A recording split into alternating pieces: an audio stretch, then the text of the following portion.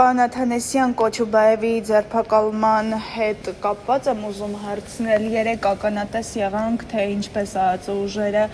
շատ կոպիտ ձևով գետին պառկեցնելով նրան բերման ենթարկեցին, օրինակ մի քանի օր առաջ Մերձավանում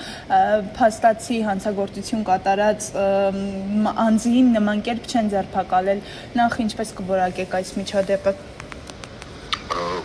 Կոչուբաևի նկատմամբ բռնությունը խստակույնս դատապարտելի է, դա ոչ մի կարիք չկար նման ձերբակալման, ասենց ասեմ, եթե ենթադրենք խիստ պայմանական, Կոչուբաևը իրավական արարք է կատարել հրապարակման միջոցով, Facebook-յան եւ քննության կարիք են զգում, ես վստահ եմ, որ եթե պարզապես ծանոթագիր ուղարկեին կամ զանգահարեին խնդրեին, որ ինքը գար, հանգիստ կներկայանար, մարդը փաստաբան է եւ հասկանում է այդ ամենը, այսինքն սա գործողություն է, որը նպատակ ունի պահպանել քննիչների, դատախազների եւ դատավորների հավատարմությունը գործող ռեժիմին։ Այսինքն տեսեք, մենք ձեզ պաշտպանում ենք, ոնց ենք պատժում, որ ձեզ բան ասեց, այս պրիմիտիվ բանաձևի մեջ է ամեն ինչ կատարվել, որ ռեժիմը սպասարկող այդ իրավաբանները որոշ մասը մնան հանգիստ է իրենց տեղերում չկասկածեն իրենց գործողությունների վրայով չվախենան։ Զուտ է նպատակը, այսինքն իրավունքի օրինականության, անգամ պարգևության մասին այստեղ խոսք գնալ չի կարող, այդ մասով այդքան է։ Պարոն Աթանեսյան, դուք որպես փաստաբան Կոչուբաևի գրառման մեջ հանցատար տեսնում եք։ Տեսեք, եթե մենք ունենայինք նորմալ իրավական համակարգ,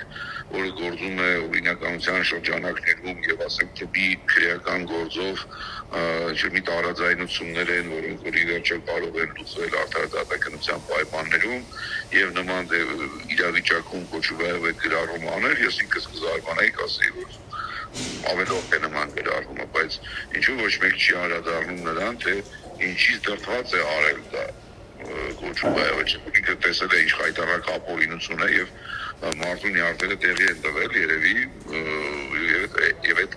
հրապարակումն է արել, այսինքն պատճառը չի քննվում, թե իսկ ինչ խայտառակություն է կանգնած դրանից առաջ, ինչ կարգի ապօրինություններ, որոնք որ քողարկվում են համակարգի ղեկավարների կողմից եւ դրանց երեսպաշտորեն պաշտպանվում են։ Դրա դեմ է պայքար եղել, միգուցե դա ծայրահեղ միջոց է։ Ես չեմ կարծում, որ այդտեղ կա հանցակազմ, մանավանդ այդ հոդվածը այնքան լղոսված է, որ ամեն խոսք կարելի է որակել, ունենք հակասահմանադրական, առերևույթ հակասահմանադրական հոդված է,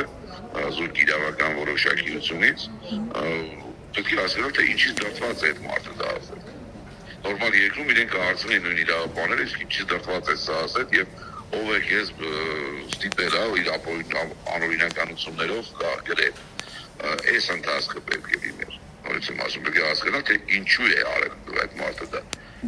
Խելագար չի, նարկոման չի, արբեցող չի, որ բաներ գրի նման։ Պարոն Աթանեսյան, գործը մակագրվել է Մասիս Մելքոնյանին, որը հայտնի է մեղադրանքի որոշում կայացնող դատավոր որպես, նրանից այլ սպասելիքներ ունեք այս պահին։ Չէ, դա արդեն կանոնավորել է,